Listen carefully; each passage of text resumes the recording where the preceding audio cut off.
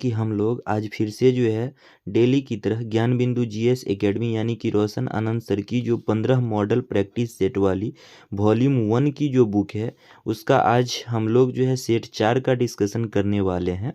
यदि आप इससे पहले का सेट देखना चाहते हैं, 1, 2, 3 नंबर का सेट देखना चाहते हैं, तो इसके लिए बिहार एसआई करके जो है एक प्लेलिस्ट इसी चैनल पर बनाया गया है।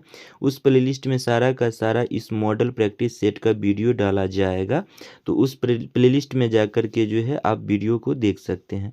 तो चलिए शुरुआत करते हैं हम लोग आज की इस वीडियो को। आज की इस वीडियो में हम लोग पढ़ने वाले हैं, डिस्कशन करने वाले हैं मॉडल प्रैक्टिस सेट 4 नंबर की। देखिए 4 नंबर मॉडल प्रैक्टिस सेट में जो पहले दिया गया है वो करेंट अफेयर पहले दिया गया है, तो हम लोग करेंट अफेयर का डिटेल पढ़ेंगे पहले। तो चलिए देखते हैं पहला नंबर करेंट अफेयर क्या है। क्वेश्चंस, निम्नलिखित में से किस राज्य में जो है T shield cyber security lab का उद्घाटन किया गया है। देखिए T shield cyber security lab का जो उद्घाटन किया गया है वो तेलंगाना राज्य के द्वारा किया गया है, ठीक है। और यह T shield cyber security lab जो है इसमें क्या है कि साइबर अपराधी को जो है ठिकाना लगाने के लिए जो है तमिलनाडु राज्य के पुलिस को जो है इसके लिए ट्रेनिंग दिया जाएगा। और इस ट्रेनिंग देने के लिए तमिलनाडु राज्य के पुलिस को साइबर अपराधी को ठिकाना लगाने के लिए ट्रेनिंग देने के लिए जो है T shield cyber security lab का जो है वो तेलंगाना सरकार के द्वारा उद्घाटन किया गया। नेक्स्ट क्वेश्चन से क्या है 2 नंबर में कि आरबीआई के एक रिपोर्ट के अनुसार जो है परियोजना हेतु फंड आकर्षित करने के मामले में कौन सा राज्य देश में जो है प्रथम स्थान पर है। तो देखिए योजना को फंड को आकर्षित करने में पहला स्थान पर जो है वो यूपी है, यानी कि उत्तर प्रदेश है। नेक्स्ट क्वेश्चन से क्या है, निम्नलिखित में से किस शहर में 18वां जो है प्रवासी भारतीय दिवस सम्मेलन को आयोजित किया गया था। देखिए यह 18वां प्रवासी भारतीय दिवस पूछा जा रहा है हमें, तो इसका जो आंसर हो जाएगा वो भुवनेश्वर हो जाएगा, यानी कि ओडिशा में किया गया था। तो देखिए क्या कहते हैं, यह प्रवासी भारतीय दिवस प्रत्येक 2 वर्षों पर मनाया जाता है और यह प्रवासी भारतीय दिवस 2003 ईस्वी से मनाया जाता है। और यह प्रवासी भारतीय दिवस क्यों मनाया जाता है, तो देखिए 9 जनवरी को मनाया जाता है, ठीक है। और 9 जनवरी 1915 ईस्वी को महात्मा गांधी जी जो थे उन्होंने दक्षिण अफ्रीका से वापस लौटा था, उसी के याद में 9 जनवरी को जो है प्रवासी भारतीय दिवस मनाया जाता है, तो याद रखना है। नेक्स्ट क्वेश्चन से क्या है कि राष्ट्रीय पंचायत पुरस्कार 2024 के तहत जो है सर्वश्रेष्ठ ग्राम पंचायत मान्या चिवाड़ी पंचायत को मिला है। यह किस राज्य से संबंधित है, तो यह जो मान्या चिवाड़ी पंचायत है यह महाराष्ट्र राज्य से संबंधित है। महाराष्ट्र के सतारपुर जिला है उससे संबंधित है। अब देखिए क्या कहते हैं, यह किस राज्य से संबंधित था, तो यह महाराष्ट्र से संबंधित था। इसी में यदि क्या कहते हैं, अगर ग्राम पंचायत ना पूछ करके जो है ब्लॉक पंचायत पूछता, तो ब्लॉक पंचायत के लिए जो है छतरपुर ब्लॉक जो है वो इस प्रकार की अवार्ड से पुरस्कृत किया गया है ब्लॉक के लिए। नेक्स्ट क्वेश्चन से 5 में क्या है कि हाल ही में न्यू कैलोडोनिया ने किस देश के भीतर एक नया राज्य बनने के लिए समझौता किया है। तो देखिए न्यू कैलोडोनिया जो है वो एक स्वतंत्र देश था। 1853 ईस्वी में जो है इसे फ्रांस के द्वारा अधिकार कर लिया गया और अभी हाल ही में जो है फ्रांस ने इस न्यू कैलोडोनिया को अपने में मिलाया तो 1853 ईस्वी में ही, लेकिन अभी फ्रांस के भीतर एक राज्य बनाया है। नेक्स्ट क्वेश्चन से है 6 नंबर में, 1 जुलाई 2025 को पहली आसियान भारत क्रूज वार्ता का आयोजन कहाँ किया गया था। पहली आसियान भारत क्या है क्वेश्चंस, पहली आसियान भारत क्रूज वार्ता का आयोजन कहाँ किया गया था। तो देखिए इसका जो पहला आंसर जो हो जाएगा 6 नंबर का वो चेन्नई में किया गया था, ठीक है। कहाँ किया गया था, चेन्नई में किया गया था। नेक्स्ट क्वेश्चन 7 नंबर में क्या है कि प्रवासी श्रमिक के बच्चों को जो है स्कूल और आंगनबाड़ी में दाखिला दिलाने के लिए केरल सरकार द्वारा निम्न में से कौन सी योजना शुरू की गई है? तो देखिए, प्रवासी श्रमिक को लिए, जो प्रवासी श्रमिक हैं उनके बच्चों के लिए जो है स्कूल और आंगनबाड़ियों में जो है दाखिल दिलाने के लिए केरल सरकार ने जयोति योजना शुरुआत करा है। ठीक है, अब इसी में 4 ऑप्शन है, चारों ऑप्शन को हम लोग यदि देखें, देखिए दीपम 2.0 योजना की शुरुआत आंध्र प्रदेश सरकार ने करा है और इस योजना के तहत जो है प्रत्येक महिला को प्रत्येक वर्ष 3 गैस सिलेंडर जो है आंध्र प्रदेश राज्यों में फ्री यानी कि मुफ्त में दिया जाएगा। अब नेक्स्ट डी नंबर में प्रगति पथ योजना है। तो प्रगति पथ योजना कर्नाटका सरकार ने चलाई है और इस प्रगति पथ योजना के तहत जो है ग्रामीण पथ को यानी ग्रामीण सड़कों को नेटवर्क को जो है वो ठीक किया जाएगा। अब next option C number Subhadra योजना है। सुभद्रा योजना ओडिशा राज्य सरकार ने चलाई है और इस सुभद्रा योजना के तहत जो है 21 से 60 वर्षों की उम्र की जो भी महिला होगी, 21 से 60 वर्ष की बीच की महिला, उस महिला को जो है प्रत्येक वर्ष 10,000 रुपये जो है वो उड़ीसा राज्य सरकार देगी, उड़ीसा राज्य की महिला को। अब नेक्स्ट क्वेश्चन 8 नंबर में क्या है कि सक्षम ऐप किस संस्था द्वारा जारी किया गया था? तो देखिए, सक्षम ऐप जो है यह भारतीय निर्वाचन आयोग के द्वारा जारी किया गया था और इस सक्षम ऐप के मदद से 85 वर्ष से ऊपर के आयु वाले लोग जो है घर बैठे अपना वोट दे सकता है। पहला क्वेश्चन पहला बात था। दूसरा, इसमें और सुविधा दिया गया है कि जो भी व्यक्ति 40% विकलांग है या 40% से अधिक विकलांग है, वो भी व्यक्ति इस सक्षम ऐप के मदद से अपना घर बैठे जो है वो वोट दे सकता है। ठीक है, अब नेक्स्ट क्वेश्चन क्या है 9 नंबर में है कि हाल ही में वैश्विक आतंकवाद सूचकांक 2025 किसके द्वारा जारी किया गया है?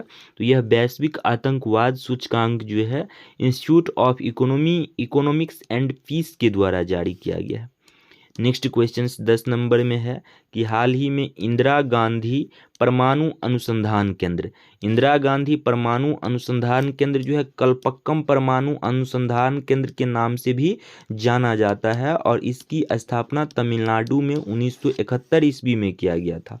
लेकिन अभी हमसे पूछा जा रहा है कि इसके निदेशक के रूप में किन्हें नियुक्त किया गया है?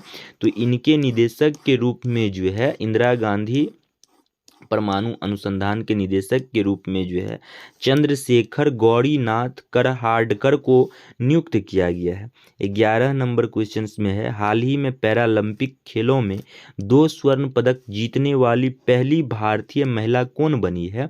तो 2 स्वर्ण पदक मतलब 2 गोल्ड मेडल। तो देखिए, यह जो बनी है अवनी लेखरा बनी है। पैरालंपिक खेलों में पूछा जा रहा है अवनी लेखरा। यह अवनी लेखरा जो है 2020 के पैरालंपिक में 1 गोल्ड मेडल जीती थी और 2024 के पैरालंपिक 2020 का पैरालंपिक टोक्यो में हुआ था, उस टोक्यो में भी 1 गोल्ड मेडल जीती थी। 2024 का पैरालंपिक फ्रांस में हुआ है, इस फ्रांस में भी 1 गोल्ड मेडल जीती है। तो इस तरह करके जो है पैरालंपिक खेलों में 2 स्वर्ण पदक जीतने वाली पहली भारतीय महिला जो बनी है वो अवनी लेखरा बनी है। नेक्स्ट क्वेश्चन से क्या है कि हाल ही में किसने वर्ष 2022-23 में जो है 2023-24 के लिए परफॉर्मेंस ग्रेडिंग इंडेक्स 2.0 रिपोर्ट जारी किया है? देखिए, यह परफॉर्मेंस ग्रेडिंग इंडेक्स जो है यह शिक्षा मंत्रालय के द्वारा जारी किया गया है। स्कूल की गुणवत्ता के आधार पर, स्कूल की जो है परफॉर्मेंस के आधार पर यह रिपोर्ट जारी किया गया है और इस रिपोर्ट में पहला स्थान लाने वाला जो है वो चंडीगढ़ बना है, पहला स्थान लाने वाला। दूसरा स्थान लाने वाला पंजाब बना है और तीसरा स्थान लाने वाला दिल्ली बन चुका है। ठीक है, कौन बन चुका है? दिल्ली बन चुका है। नेक्स्ट क्वेश्चन 13 नंबर में क्या है कि हाल ही में जो है किस देश में HIV रोगियों में 500% वृद्धि के कारण राष्ट्रीय सार्वजनिक स्वास्थ्य आपातकाल की घोषणा की गई है? तो यह फिलीपींस देश में। नेक्स्ट क्वेश्चन 14 नंबर में क्या है कि भारत चंद्रयान 5 के क्रियान्वयन में किस देश की अंतरिक्ष एजेंसी का सहयोग ले रहा है? तो यह जापान की अंतरिक्ष एजेंसी का सहयोग ले रहा है। जापान की अंतरिक्ष एजेंसी का नाम है जाक्सा। ठीक है, और भारत का अंतरिक्ष एजेंसी का नाम है इसरो, यानी इंडियन स्पेस रिसर्च ऑर्गेनाइजेशन। इस इसरो का मुख्यालय कहाँ है? बंगलुरु में है, कर्नाटका की बंगलुरु में है। ठीक है।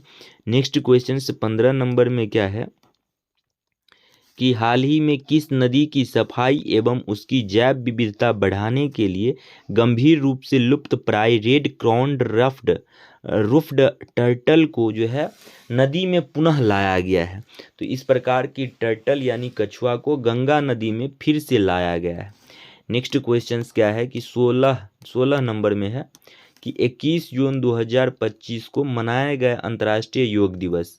अंतर्राष्ट्रीय योग दिवस कब मनाया जाता है? 21 जून को मनाया जाता है। इस अंतर्राष्ट्रीय योग दिवस की थीम निम्न में से क्या रखी गई है? तो इस अंतर्राष्ट्रीय योग दिवस की जो थीम रखी गई है वो वन अर्थ वन हेल्थ, यानी yoga for one earth one health जो है अंतर्राष्ट्रीय दिवस की थीम रखी गई है, अंतर्राष्ट्रीय योग दिवस की थीम रखी गई है।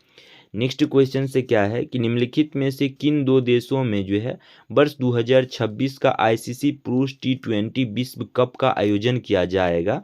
तो वर्ष आईसीसी पुरुष T20 का आयोजन भारत तथा श्रीलंका में किया जाएगा और इस प्रकार की आईसीसी पुरुष T20 की शुरुआत 2007 में हुई थी पहली बार।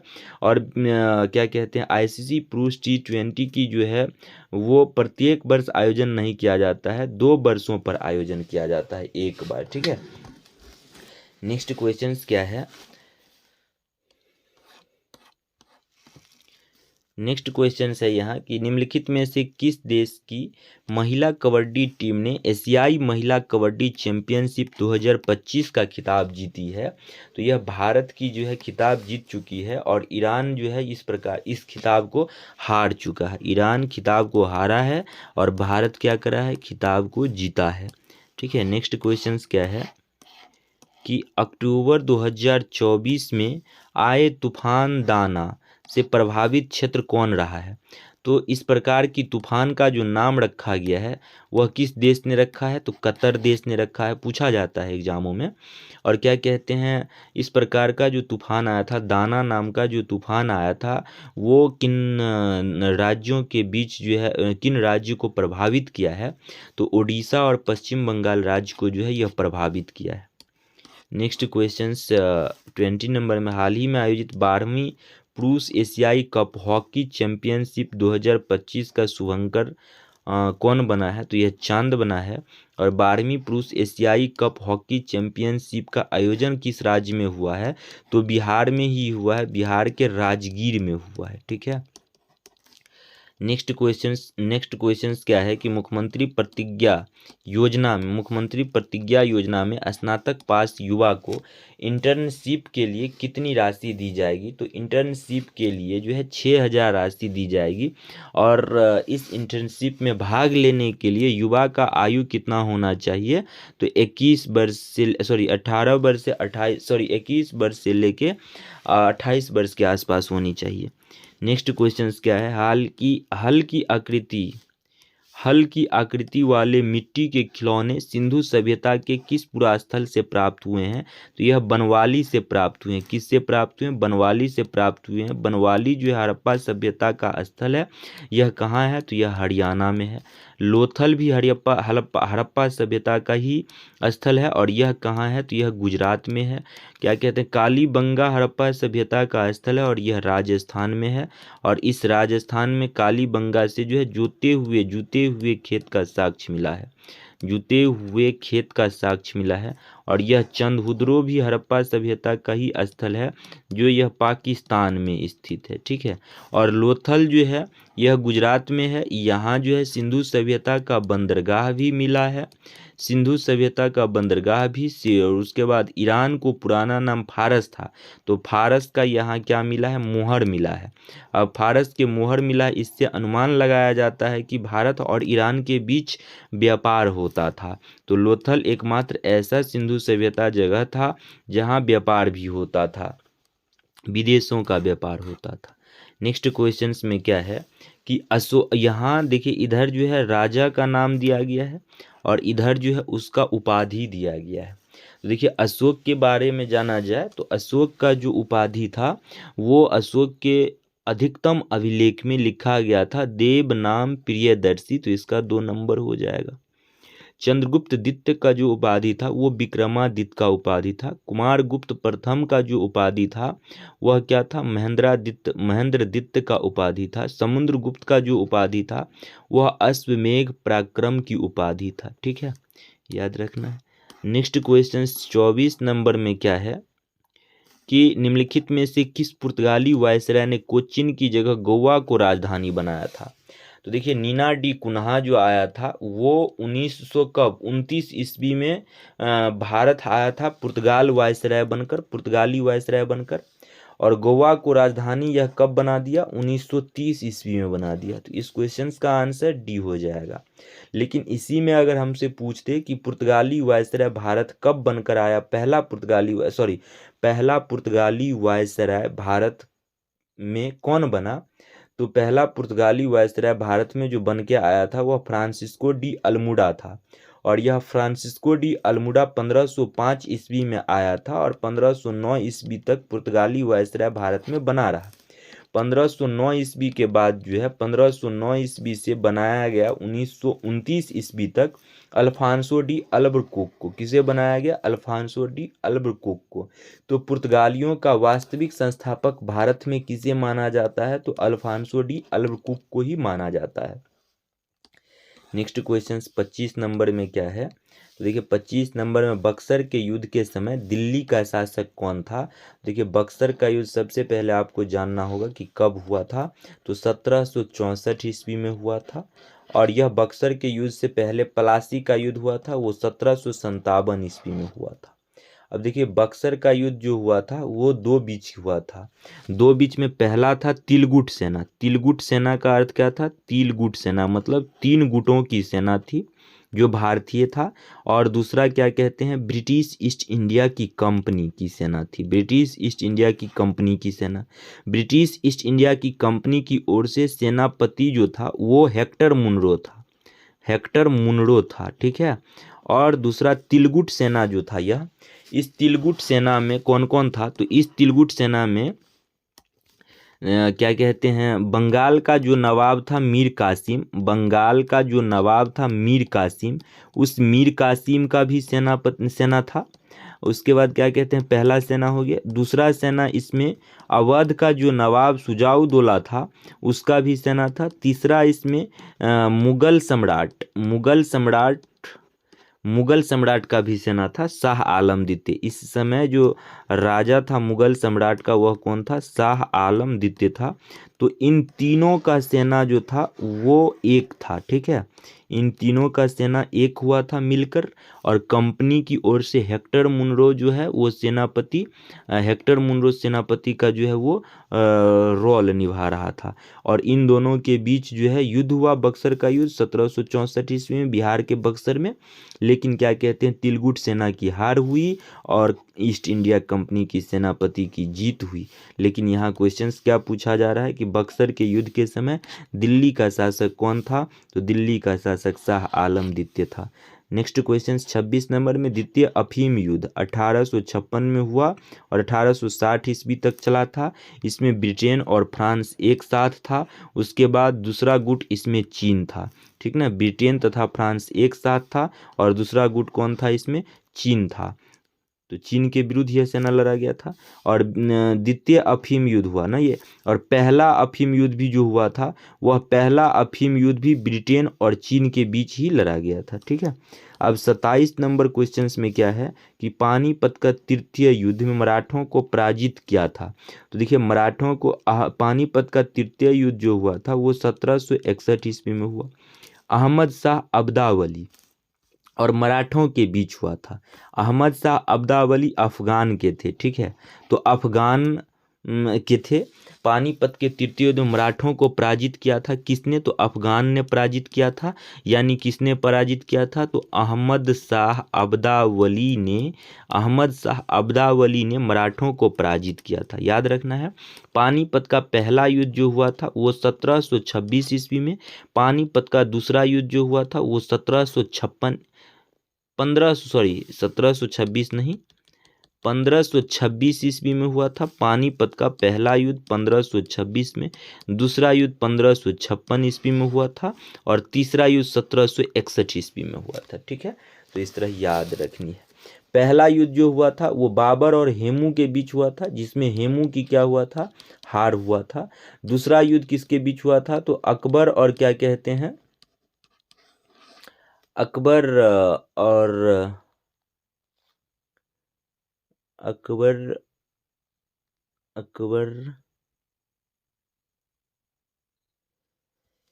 मुझे याद नहीं आ रही है अभी। नेक्स्ट क्वेश्चन क्या है 28 में कि प्रसिद्ध नारा जो था, तुम मुझे खून दो मैं तुम्हें आज़ादी दूंगा, यह सुभाष चंद्र बोस ने दिया था।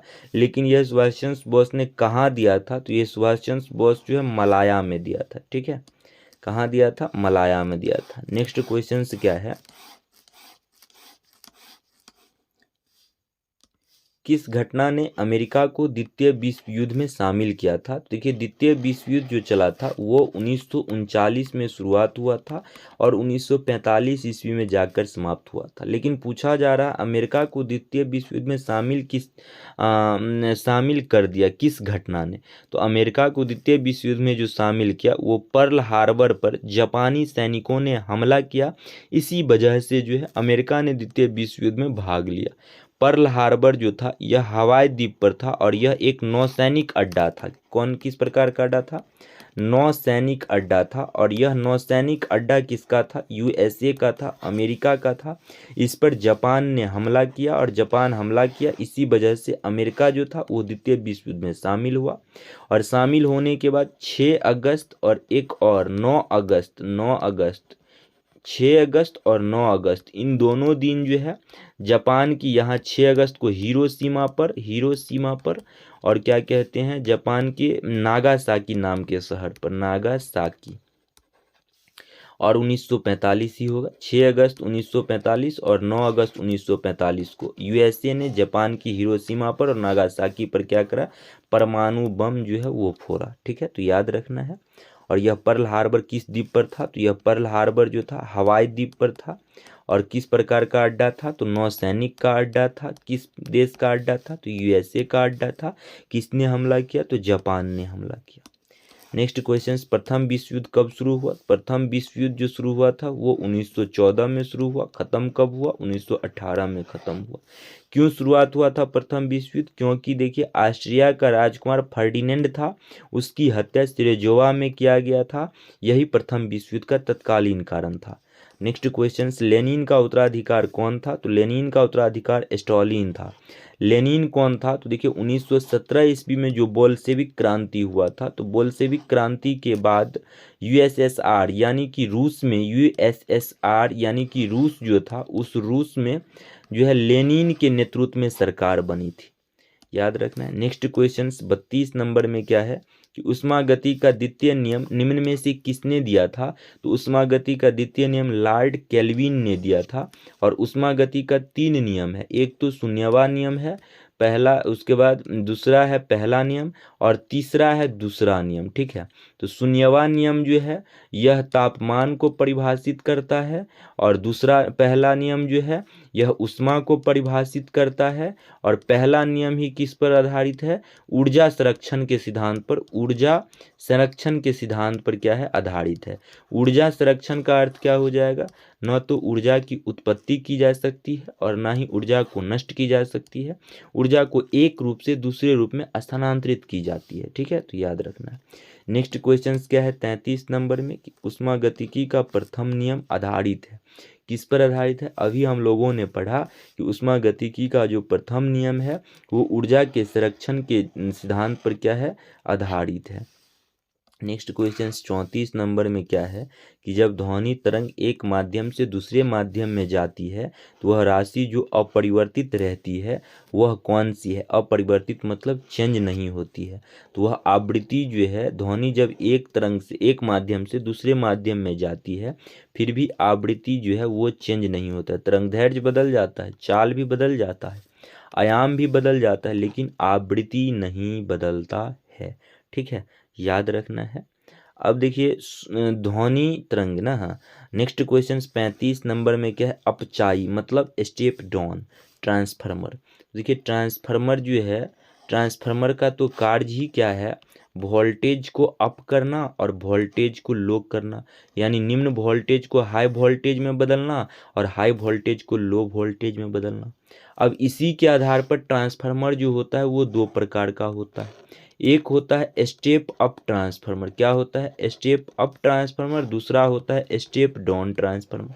अब जब स्टेप अप ट्रांसफार्मर होता है तो स्टेप अप मतलब क्या होगा, ये वोल्टेज को अप करेगा यानी कि वोल्टेज को बढ़ाएगा, यानी कि ये क्या करता है, लो वोल्टेज को क्या करता है, हाई वोल्टेज में बदलता है।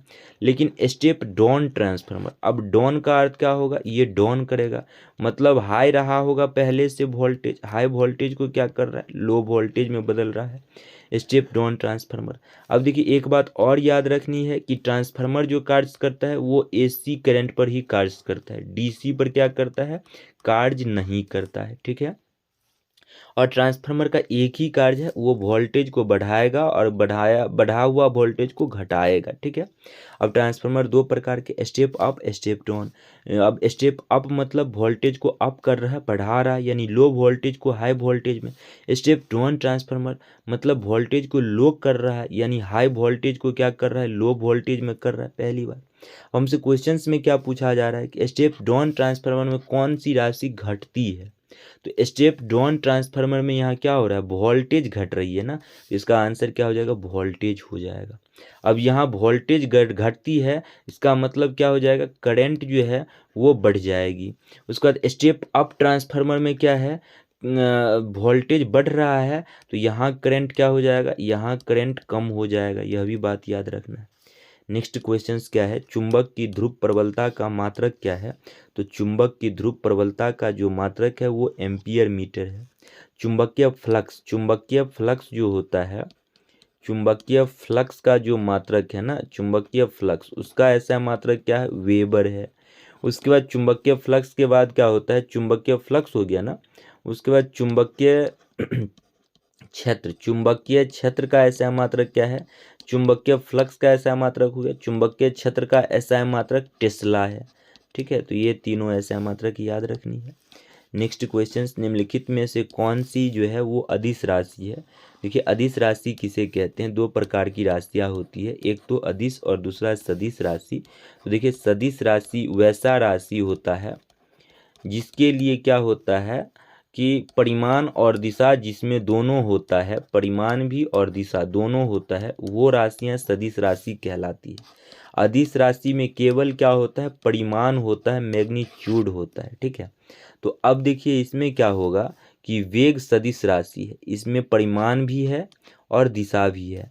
त्वरण भी सदिश राशि है, इसमें भी परिमाण भी है, दिशा भी है। बल भी सदिश राशि है, लेकिन दाब, दाब के पास कोई दिशा नहीं है। जिधर आप प्रेशर लगा दोगे उधर ही दाब बढ़ जाएगा, जिधर प्रेशर हटा दोगे उधर ही दाब कम हो जाएगा, यानी कि इसका आंसर ए हो जाएगा। नेक्स्ट क्वेश्चन, गॉड पार्टिकल है, गॉड पार्टिकल क्या हो जाएगा, हिग्स बोसॉन, गॉड्स पार्टिकल है। ठीक है, नेक्स्ट क्वेश्चन क्या है, परमाणु की जो त्रिज्या का प्रयोग किसे मापने के लिए किया जाता है, तो त्रिज्या का प्रयोग तो आकार को मापने के लिए किया जाता है, इसलिए इसका आंसर क्या हो जाएगा, परमाणविक आकार हो जाएगा। नेक्स्ट क्वेश्चन क्या है कि यदि एल्युमिनियम की संयोजकता 3, ऑक्सीजन की संयोजकता 2 है, तो एल्युमिनियम ऑक्साइड का रासायनिक सूत्र क्या होगा। तो देखिए एल्युमिनियम की संयोजकता ऑक्सीजन पर होगी, ऑक्सीजन की संयोजकता एल्युमिनियम पर होगी, एक दूसरे की उल्टा होती है। देखिए एल्युमिनियम की संयोजकता क्या कह रहा है, क्वेश्चंस में 3 कह रहा है, ऑक्सीजन की संयोजकता क्या कह रहा है, ऑक्सीजन की संयोजकता 2 कह रहा है। ठीक है, अब देखिए एल्युमिनियम वाली जो संयोजकता 3 है यह ऑक्सीजन पर होना चाहिए, एल्युमिनियम वाली संयोजकता 2 यानी कि ऑक्सीजन, ऑक्सीजन वाली संयोजकता एल्युमिनियम पर होनी चाहिए। तो देखिए एल्युमिनियम, एल्युमिनियम पे क्या होना चाहिए, 2, तो एक ही ऑप्शन है, ये भी है, लेकिन यहाँ भी 2 है, यहाँ क्या 3 होना चाहिए, ये नहीं होगा। अब यहाँ देखिए एल्युमिनियम पे 2, ऑक्सीजन पे 3, यानी उल्टा होता है, तो डी नंबर हो जाएगा। अब देखिए आधुनिक आवर्त सारणी के समूह का नाम बताइए जिसमें सभी तत्व क्या है, गैस है। तो समूह 18 जो है उसमें सभी तत्व गैस है। इस तत्व समूह को क्या कहते हैं, अक्रिय गैस कहते हैं। ठीक है, अक्रिय गैस कहते हैं, यानी इसे निष्क्रिय तत्व भी कहते हैं। ठीक है, निष्क्रिय तत्व। निष्क्रिय तत्व क्यों कहते हैं? क्योंकि यह ज़्यादा यौगिक का निर्माण क्या नहीं करता है? ज़्यादा यौगिक का निर्माण नहीं करता है। यह किसी भी तत्व से जल्दी जो है अभिक्रिया नहीं करता है, इसलिए इसे निष्क्रिय तत्व भी कहते हैं। समूह 18 में हीलियम है, नियन है, हीलियम, नियन, आर्गन, क्रिप्टन, जेनन, रेडन, सभी क्या है? गैस ही है। ठीक है, तो याद रखना है। नेक्स्ट क्वेश्चन क्या है कि क्वथनांक जल जो है रिएक्टर और दाब जल रिएक्टर, क्वथनांक जल रिएक्टर और दाब जल रिएक्टर जो है वो खाली स्थान के प्रकार है, तो ये परमाणु रिएक्टर के प्रकार है। ठीक है, याद रखनी है। नेक्स्ट क्वेश्चन में क्या है कि निम्नलिखित में से कौन सा लवण अम्लीय है? तो देखिए, लवण बनाने के लिए क्या करना पड़ता है कि लवण के लिए जो है जब क्या करता है, अम्ल और क्षार से अभिक्रिया होता है ना, अम्ल और क्षार अभिक्रिया करता है तो क्या क्या बनता है? हमें लवण मिलता है प्लस जल मिलता है।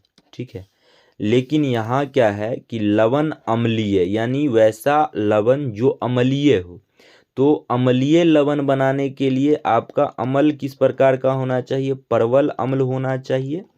और क्षार क्या होना चाहिए? कमजोर होना चाहिए, यानी कि दुर्बल क्षार होना चाहिए। यानी कि अम्ल क्या होना चाहिए? मजबूत, और क्षार दुर्बल होना चाहिए, जिस वजह से यह दोनों जब अभिक्रिया करेगा तो अम्लीय लवण का निर्माण करेगा। किस प्रकार के लवण का? अम्लीय लवण का निर्माण करेगा। तो अब देखिए, इसका जो आंसर हो जाएगा वो मैग्नीशियम सल्फेट हो जाएगा, यानी MgSO4 हो जाएगा। अब मैग्नीशियम सल्फेट कैसे होगा?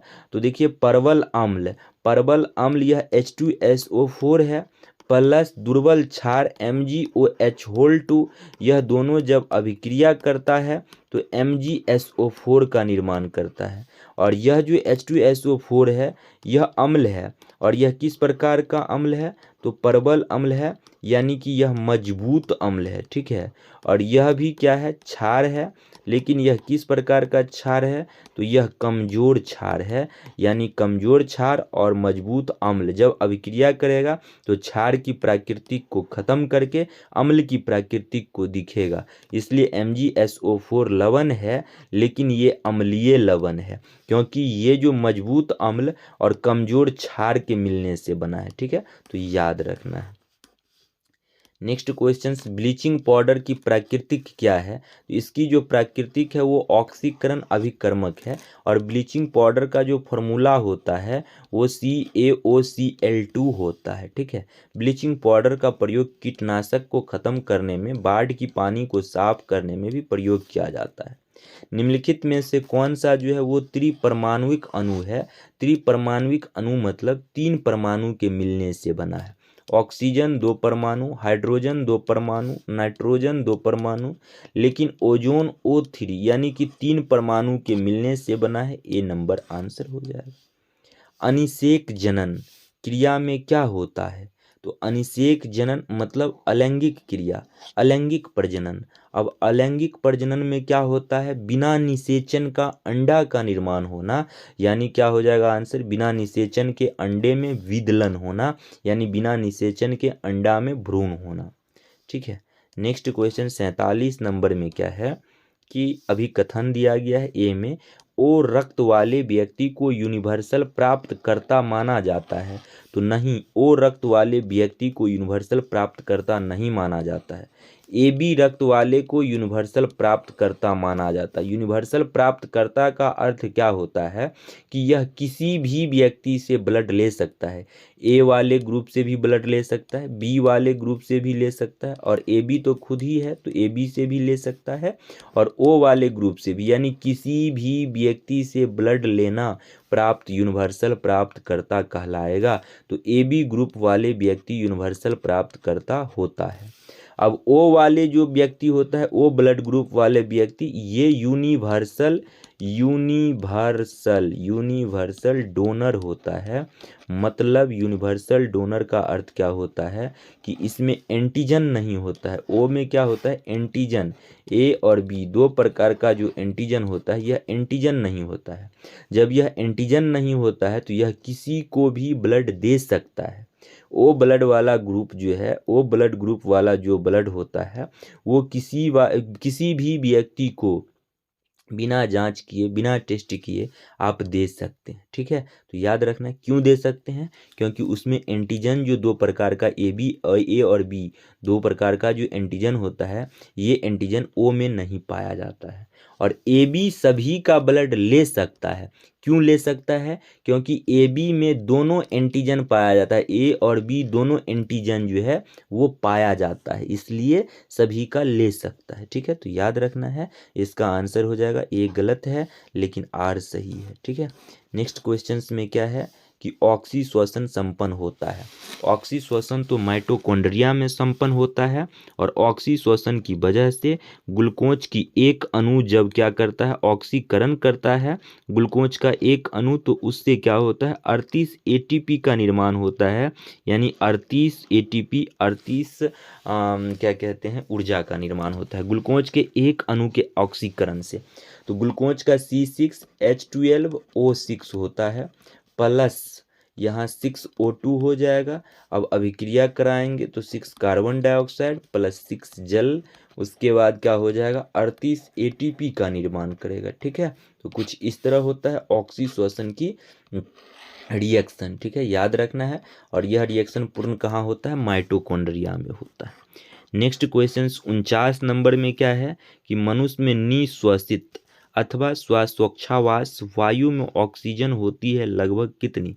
निश्वसित मतलब क्या होता है, नी मतलब अंदर लेना, नी मतलब क्या हो जाता है अंदर लेना, श्वासोच्छ्वास में मतलब क्या होता है बाहर छोड़ना, बाहर छोड़ना।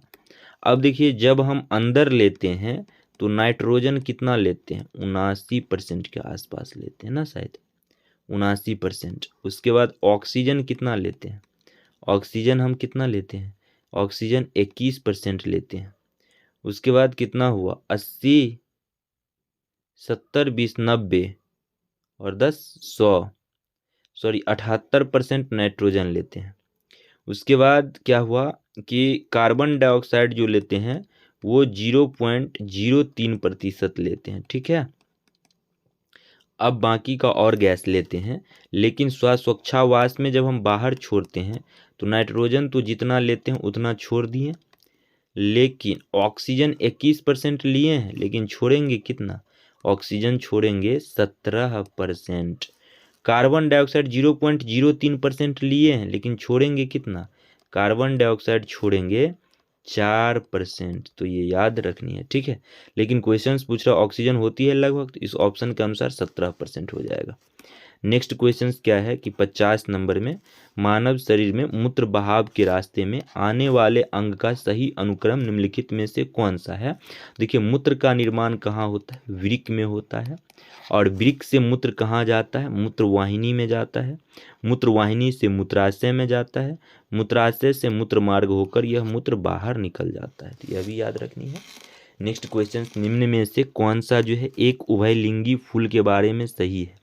उभयलिंगी फूल किसे कहते हैं, वैसा फूल जिसमें नर और मादा दोनों प्रजनन जो है वो एक ही फूल में होता है। किस में होता है, एक ही फूल में होता है।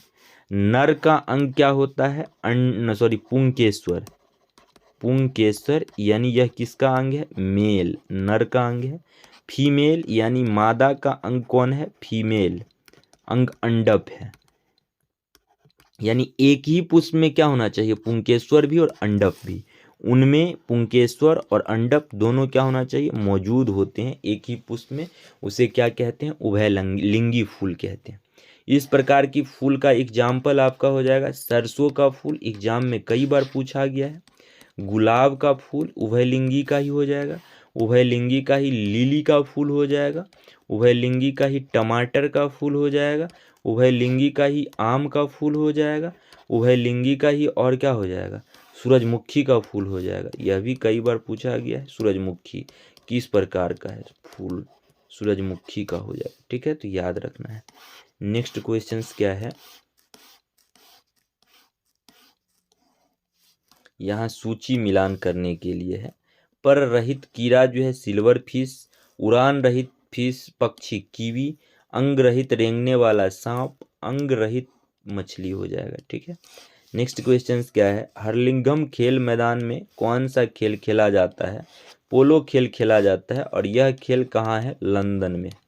केंद्रीय रिजर्व पुलिस बल सीआरपीएफ की स्थापना 1939 ईस्वी में हुई है और पीटीआई समाचार एजेंसी किस देश की है? तो यह भारत की है। इसकी स्थापना 1947 में हुई थी, लेकिन यह काम करने कब से लगा? 1949 में, 2 वर्षों के बाद लगभग। नेक्स्ट क्वेश्चन इंग्लिश है और इंग्लिश में क्या है? इसका आंसर सी हो जाएगा। इंग्लिश हिंदी का डायरेक्ट आंसर हम लोग देखेंगे। Change it into active voice, by whom was their chair stole, इसका answer C number, who stoles the chair, इसका आंसर हो जाएगा। नेक्स्ट क्वेश्चन 58 नंबर में जो इंग्लिश है इसका भी आंसर सी ही होगा। नेक्स्ट क्वेश्चन हिंदी में जो है 59 नंबर, इसका भी आंसर सी ही होगा। नेक्स्ट 60 नंबर में जो हिंदी है इसका आंसर बी हो जाएगा। नेक्स्ट 61 नंबर में जो हिंदी है इसका आंसर सी हो जाएगा। ठीक है, हिंदी और इंग्लिश दोनों का जो है हमने डायरेक्ट आंसर डायरेक्ट आंसर में टिक लगा दिया था। उसके बाद मैथ रीजनिंग का आंसर आपको क्या करना है? कमेंट में बताना है, मैथ रीजनिंग बना करके। और जितना भी क्या कहते हैं जीके जीएस है, सारे क्वेश्चंस का जो है डिटेल हम लोग इस वीडियो में अभी देख रहे हैं। 62 नंबर में क्या है? प्रेतशिला पहाड़ी का संबंध बिहार के गया जिला से है। नेक्स्ट क्वेश्चन, निम्नलिखित में से किस जिला की सीमा जो है अंतर्राष्ट्रीय सीमा नहीं बनाती है? निम्नलिखित में से किस जिला की सीमा? तो देखिए बिहार जो है, बिहार में एक बिहार का जो अंतर्राष्ट्रीय सीमा बनाती है वो मात्र एक देश नेपाल से बनाती है, और नेपाल से जो अंतर्राष्ट्रीय सीमा बनाती है वो बिहार का 7 जिला है। 7 जिला में एक शिवहर जो है यह नहीं आता है, यही इसका आंसर होगा। लेकिन 7 जिला में कौन कौन से जिला है? तो पूर्वी चंपारण, पश्चिमी चंपारण, उसके बाद क्या कहते हैं पूर्वी चंपारण, पश्चिमी चंपारण, सीतामढ़ी, मधुबनी, सुपौल, अररिया, किशनगंज, कितना 2, 2, 4, 2, 6 और 7 हो गया। ये 7 जिला जो है वो नेपाल से सीमा बनाती है, यानी अंतर्राष्ट्रीय सीमा बनाती है। और यूपी से 8 जिला लगा हुआ है, झारखंड से भी 8 जिला लगा हुआ है, और पश्चिम बंगाल से 3 जिला लगा हुआ है बिहार का। नेक्स्ट क्वेश्चन क्या है 64 नंबर में, कि बिहार में सर्वप्रथम नगर पालिका की स्थापना कहाँ की गई थी? तो देखिए नगर पालिका की स्थापना आरा में की गई थी, और नगर निगम की पहली बार स्थापना कहाँ किया गया था?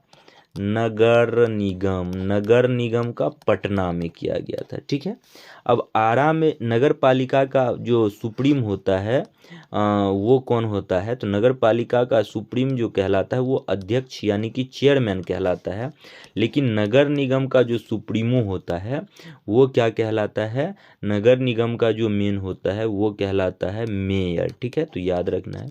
नगर पालिका से नगर निगम बड़ा होता है, उस क्षेत्रों में नगर निगम बनाया जाता है जहां 5 लाख प्लस आबादी होता है।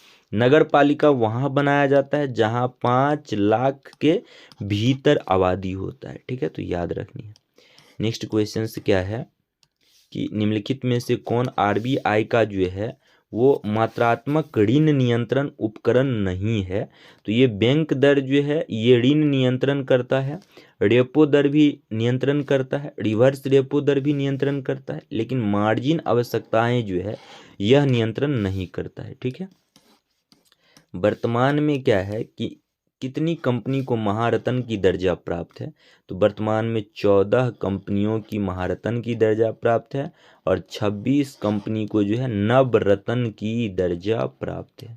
नवरत्न महारत्न में अभी 2024 में जो है फिलहाल में जो महारत्न कंपनी की जो दर्जा मिली है वह हिंदुस्तान एरोनॉटिक लिमिटेड कंपनी को मिला है। ठीक है, तो यह भी याद रखना है। नेक्स्ट क्वेश्चन क्या है कि लीड बैंक योजना का प्रमुख उद्देश्य क्या है?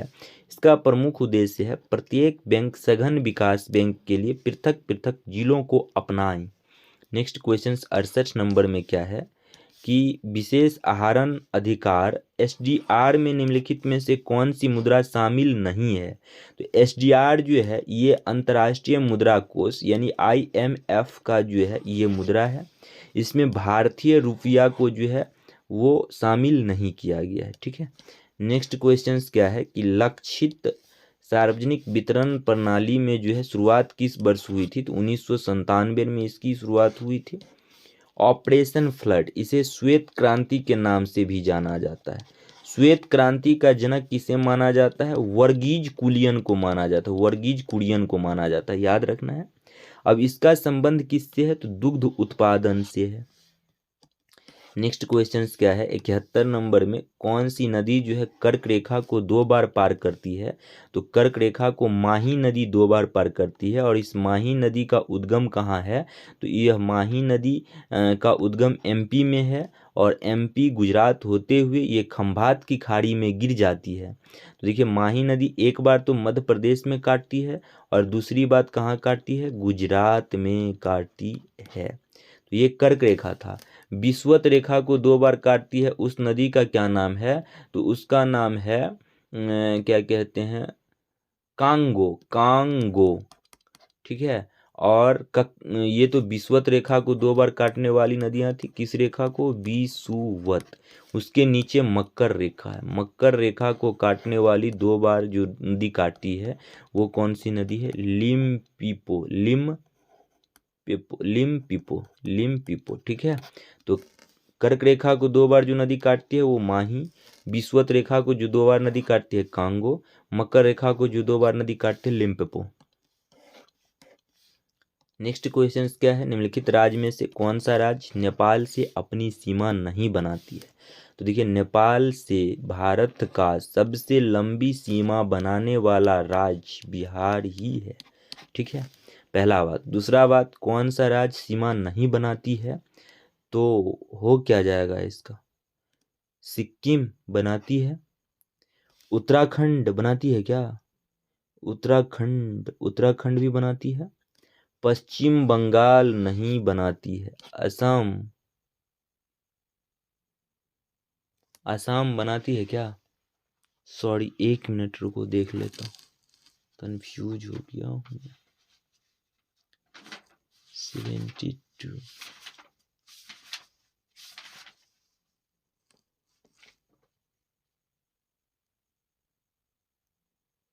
सॉरी, सही, असम नहीं बनाती है। कौन नहीं बनाती है, असम नहीं बनाती है। उत्तराखंड बनाती है, सिक्किम बनाती है, पश्चिम बंगाल बनाती है, असम नहीं बनाती है। ठीक है, नेक्स्ट क्वेश्चन क्या है कि मध्य हिमालय की सबसे लंबी श्रेणी, देखिए हिमालय को जो है ऊर्ध्वाधर रूप में जिस प्रकार से जैसे जैसे निर्माण होते गया है वैसे वैसे उसका नाम रखा गया है। तो ट्रांस हिमालय का निर्माण हिमालय से भी पहले हो चुका था। उसके बाद जो निर्माण हुआ है वो बृहद हिमालय का, और बृहद हिमालय के बाद जो निर्माण हुआ है लघु हिमालय जिसे मध्य हिमालय कहते हैं, बृहद हिमालय को महान हिमालय कहते हैं, ट्रांस हिमालय को अपार हिमालय कहते हैं, और इसके बाद शिवालिक हिमालय का निर्माण हुआ है। ठीक है, सबसे अंत में अब हमसे पूछा जा रहा है मध्य हिमालय की सबसे लंबी श्रेणी, यानी मध्य हिमालय कहिए या लघु हिमालय कहिए, इसका सबसे लंबी श्रेणी जो है वो पीर पंजाल श्रेणी है। और ये पीर पंजाल श्रेणी कहाँ है, जम्मू कश्मीर में है। धौलाधार श्रेणी भी मध्य हिमालय का हिस्सा है। महाभारत श्रेणी भी उसी का हिस्सा है। मसूरी श्रेणी भी मध्य हिमालय का ही हिस्सा है। ठीक है, तो याद रखना है। नेक्स्ट क्वेश्चन 74 नंबर में, कौन सी नदी यमुना की बाएं तट की सहायक नदी है। देखिए यमुना की जो लंबाई है वो 1370 किलोमीटर है। यमुना नदी जो है गंगा की सबसे बड़ी सहायक नदी है। यमुना नदी की जो उत्पत्ति होती है ना, यह कहाँ से होती है, यमुनोत्री ग्लेश्वर से होती है, उत्तराखंड से होती है। और यह गंगा में मिलती है कहाँ, यूपी के प्रयागराज में आकर के गंगा में यह नदियाँ मिल जाती है, याद रखना है। लेकिन हमसे यहाँ क्या पूछा जा रहा है कि कौन सी यमुना की बाएं तट की सहायक नदियाँ हैं। तो यमुना की बाएं तट की सहायक नदियाँ हिंडन है, सिंध, चंबल, केन, ये सब यमुना की दाएं तट की सहायक नदियाँ हैं। ठीक है, तो याद रखनी है। नेक्स्ट क्वेश्चन क्या है,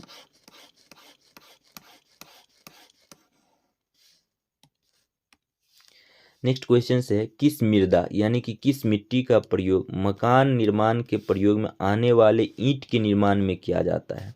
तो ये लेटराइट मृदा में किया जाता है। लेटराइट मृदा का प्रयोग ईंट के निर्माण में किया जाता है, क्योंकि जब यह मृदा सूख जाती है ना, तो सूखने के बाद अत्यंत कठोर पथरीली टाइप की हो जाती है।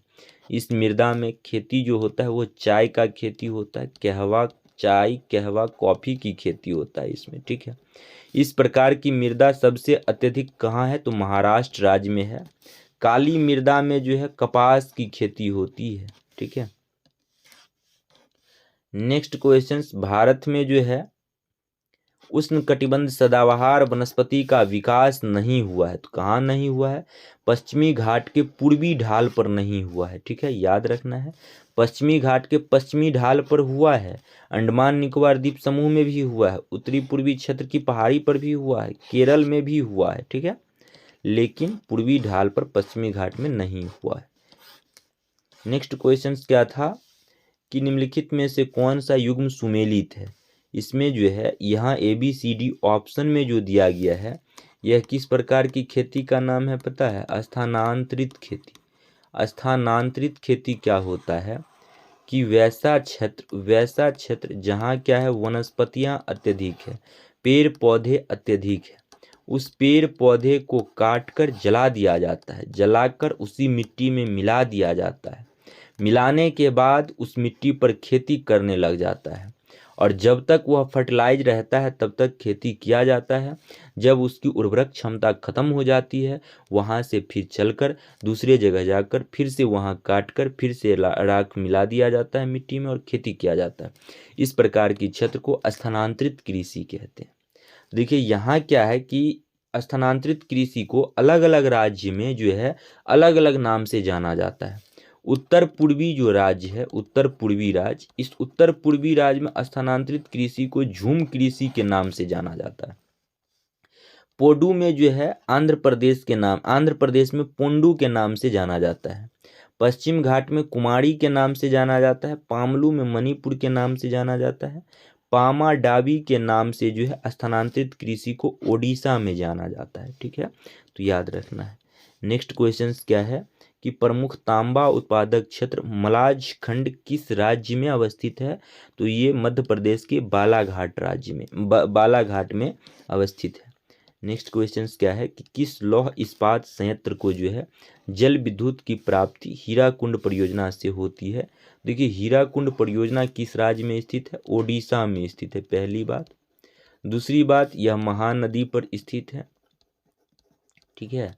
अब देखिए यहाँ क्या है कि राउरकेला इस्पात संयंत्र की जो है जल विद्युत की प्राप्ति इस हीराकुंड परियोजना से होती है।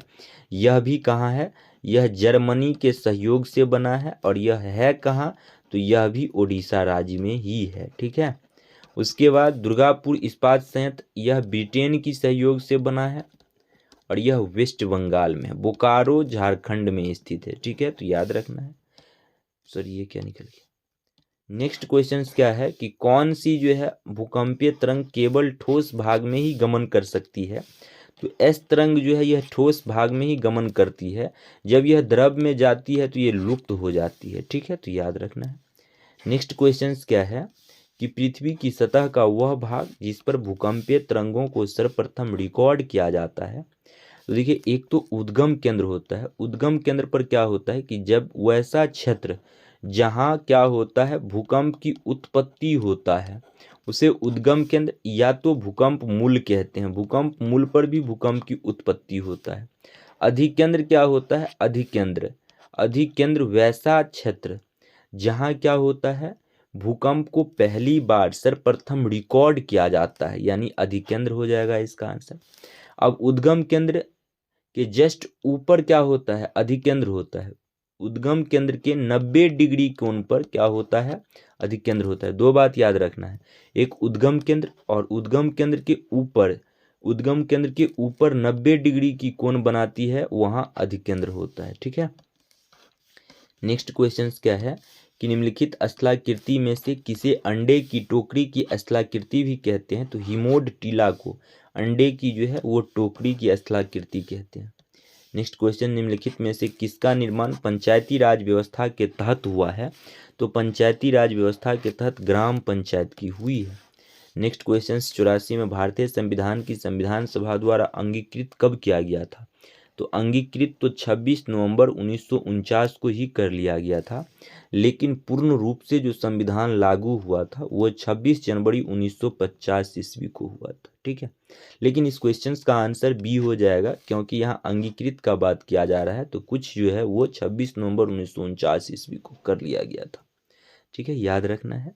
अब 26 जनवरी 1950 ईस्वी को संविधान को पूर्ण रूप से जो है वो लागू कर दिया गया था, लेकिन 26 जनवरी 1950 से 2 दिन पहले संविधान सभा की यानी 24 जनवरी 1950 ईस्वी को संविधान सभा की अंतिम बैठक हुई थी। इस अंतिम बैठक में राष्ट्रगीत को भी अपना लिया गया था, राष्ट्रीय गान को भी अपना लिया गया था, डॉक्टर राजेंद्र प्रसाद को भी प्रथम राष्ट्रपति बनाया गया था। तो ये 3 बात आपको याद रखनी है।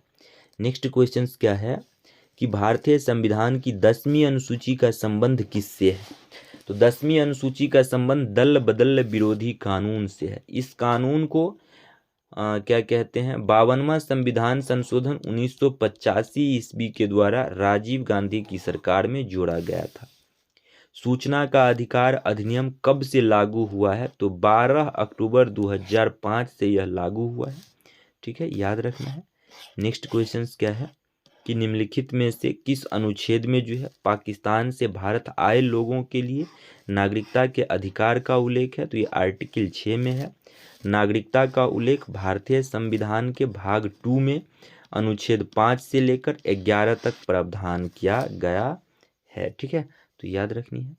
नेक्स्ट क्वेश्चन क्या है? निम्न में से किसका उत्पादन किया जा सकता है?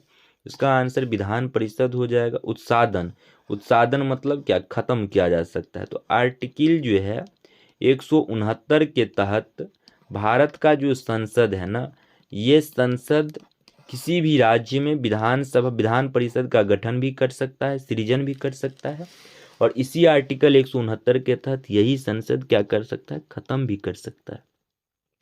अभी वर्तमान में जो है 6 राज्य में जो है विधान परिषद चल रहा है, और इन 6 राज्य में कौन कौन से राज्य है इसका कमेंट आप लोग जरूर करें।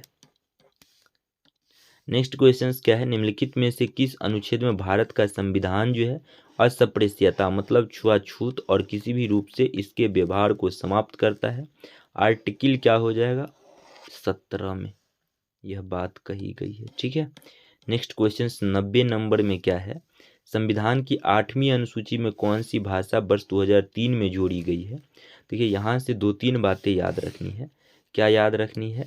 देखिए, मूल संविधान में तो 8 ही अनुसूची था, और मूल संविधान में 8 अनुसूची था, तो 8वीं अनुसूची में 14 ही भाषा था, लेकिन अभी कुल कितना भाषा है? 22 भाषा है। मतलब कितना भाषा जोड़ा गया? 8 भाषा जोड़ा गया।